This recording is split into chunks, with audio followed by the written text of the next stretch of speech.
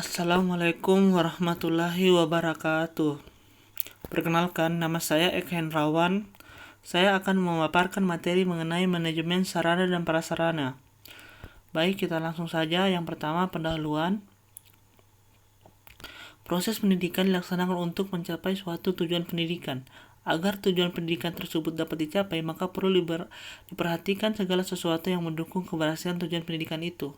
Dari sekian faktor penunjang keberhasilan tujuan pendidikan, kesuksesan dalam proses pembelajaran merupakan salah satu faktor yang dominan. Sebab di dalam proses pembelajaran itu terjadi internalisasi nilai-nilai pewarisan budaya maupun norma-norma secara langsung. Karena itu, kegiatan belajar mengajar merupakan ujung tombak untuk tercapainya pewarisan nilai-nilai di atas. Untuk itu, perlu sekali dalam proses pembelajaran itu diciptakan suasana yang kondusif agar peserta didik benar-benar tertarik dan bisa mengikuti proses yang ada. Dalam kaitannya dengan usaha menciptakan suasana yang kondusif itu, sarana dan prasarana pendidikan memegang peranan yang sangat penting, sehingga baik buruknya manajemen sarana dan prasarana pendidikan akan berpengaruh terhadap proses pembelajaran. Yang kita lanjut lagi yang kedua, konsep manajemen sarana dan prasarana. Pengertian manajemen sarana dan prasarana pendidikan. Sarana dan prasarana sebagai bagian integral dari keseluruhan kegiatan pembelajaran di satuan pendidikan mempunyai fungsi dan peran dalam mencapai kegiatan pembelajaran sesuai kurikulum satuan pendidikan. Agar pemenuhan sarana prasarana tepat guna dan berdaya guna, efektif dan efisien, diperlukan sesuatu analisis kebutuhan yang tepat dalam perencanaan pemenuhannya. Dediknas telah membedakan antara sarana pendidikan dan prasarana pendidikan. Sarana pendidikan adalah semua perangkat peralatan, bahan, dan perabot secara langsung digunakan dalam proses pendidikan di sekolah. Berkaitan dengan ini, prasarana adalah semua perangkat kelengkapan dasar yang secara tidak langsung menunjukkan pelaksanaan proses pendidikan di sekolah. Penekanan pada pengertian tersebut ialah sarana bersifat langsung dan prasarana bersifat tidak langsung dalam menunjang pendidikan. Dengan begitu, sarana dan prasarana dapat diartikan sebagai segenap proses pengadaan dan pendayagunaan komponen yang secara langsung maupun tidak langsung menunjang proses pendidikan itu mencapai tujuan pendidikan secara efektif, efisien. Proses tersebut meliputi perencanaan, pengadaan, pengaturan, penggunaan, dan penghapusan, di mana kelimanya membentuk siklus manajemen sarana dan prasarana pendidikan. Baik, kita lanjut lagi di tujuan manajemen sarana dan prasarana pendidikan. Yang pertama itu menciptakan sekolah yang bersih, rapi, indah sehingga menyenangkan bagi warga sekolah. Yang kedua, tersedianya sarana dan prasarana yang memadai baik secara kuantitas maupun kualitas yang relevan kepentingan pendidikan.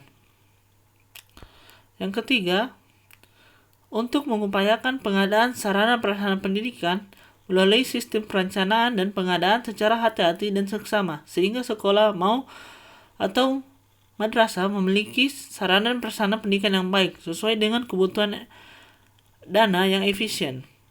Yang keempat, untuk mengupayakan pemakaian sarana dan prasarana sekolah itu harus secara tepat dan efisien. Yang kelima, untuk mengupayakan memelihara sarana dan prasarana pendidikan secara teliti dan tepat sehingga keberadaan sarana prasarana tersebut akan selalu dalam keadaan siap pakai ketika akan digunakan atau diperlukan.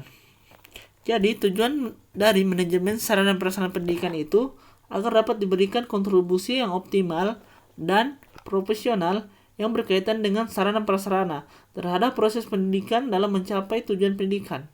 Ya. Kita lanjut lagi di prinsip dasar pengolahan sarana dan prasarana pendidikan. Yang pertama, prinsip pencapaian tujuan, yaitu sekolah harus selalu dalam kondisi siap pakai apabila akan didaya gunakan oleh personil sekolah dalam rangka mencapai tujuan pembelajaran. Yang kedua, prinsip efisiensi, yaitu sekolah harus dilakukan melalui perencanaan yang seksama sehingga dapat diadakan sarana prasarana pendidikan yang baik sehingga harga murah, diberikan jauh pemakaian harus dengan hati-hati sehingga mengurangi pemborosan. Yang ketiga, administrasi, yaitu di sekolah harus selalu memperhatikan undang-undang, peraturan, instruksi, dan petunjuk teknis yang diperlukan oleh pihak berwenang. Yang keempat, prinsip kejelasan tanggung jawab, yaitu di sekolah didelegasikan kepada personil sekolah yang mampu bertanggung jawab apabila melibatkan banyak personil sekolah dalam manajemen, maka perlu adanya deskripsi tugas dan tanggung jawab. Yang kelima, prinsip koefisien, yaitu di sekolah harus direalisasikan dalam bentuk proses kerja sekolah yang sangat kompak. Kita lanjut lagi di pengolahan fasilitas pendidikan. Pendidikan meliputi yang pertama, perencanaan.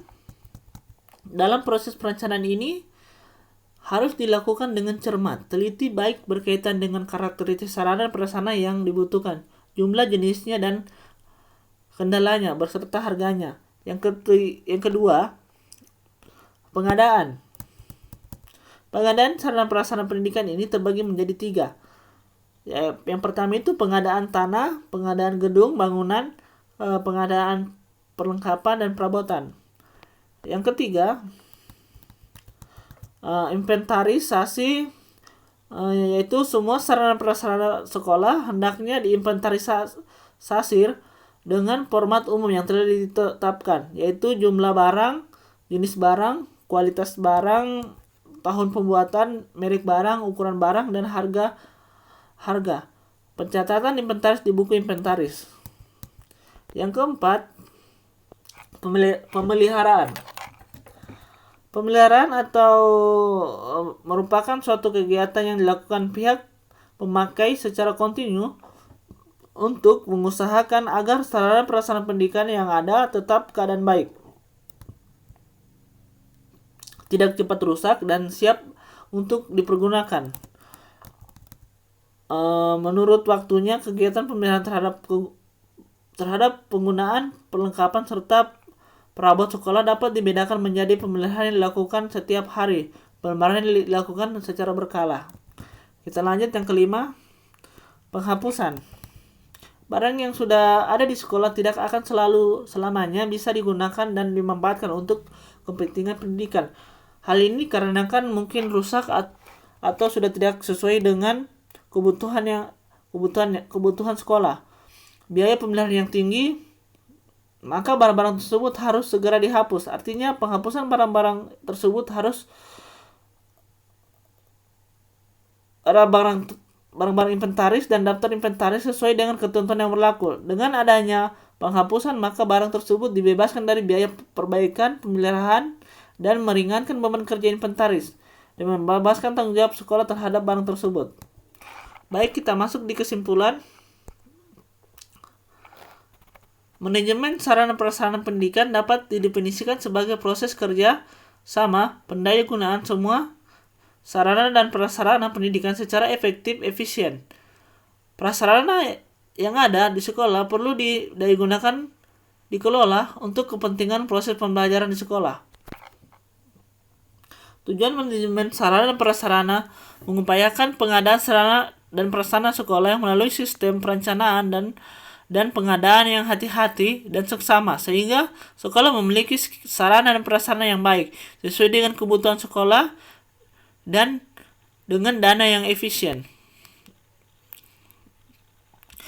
Prinsip manajemen perencanaan terdiri dari tujuan, efisien, administrasi, kejelasan, tanggung jawab, proses koefisien. Yang selanjutnya lagi, pengolahan fasilitas pendidikan meliputi perencanaan, pengadaan, inventaris, pemeliharaan, dan penghapusan. Baik, itulah hasil pemaparan saya. Saya tutup dengan ucapan Assalamualaikum warahmatullahi wabarakatuh. Sekian dan terima kasih.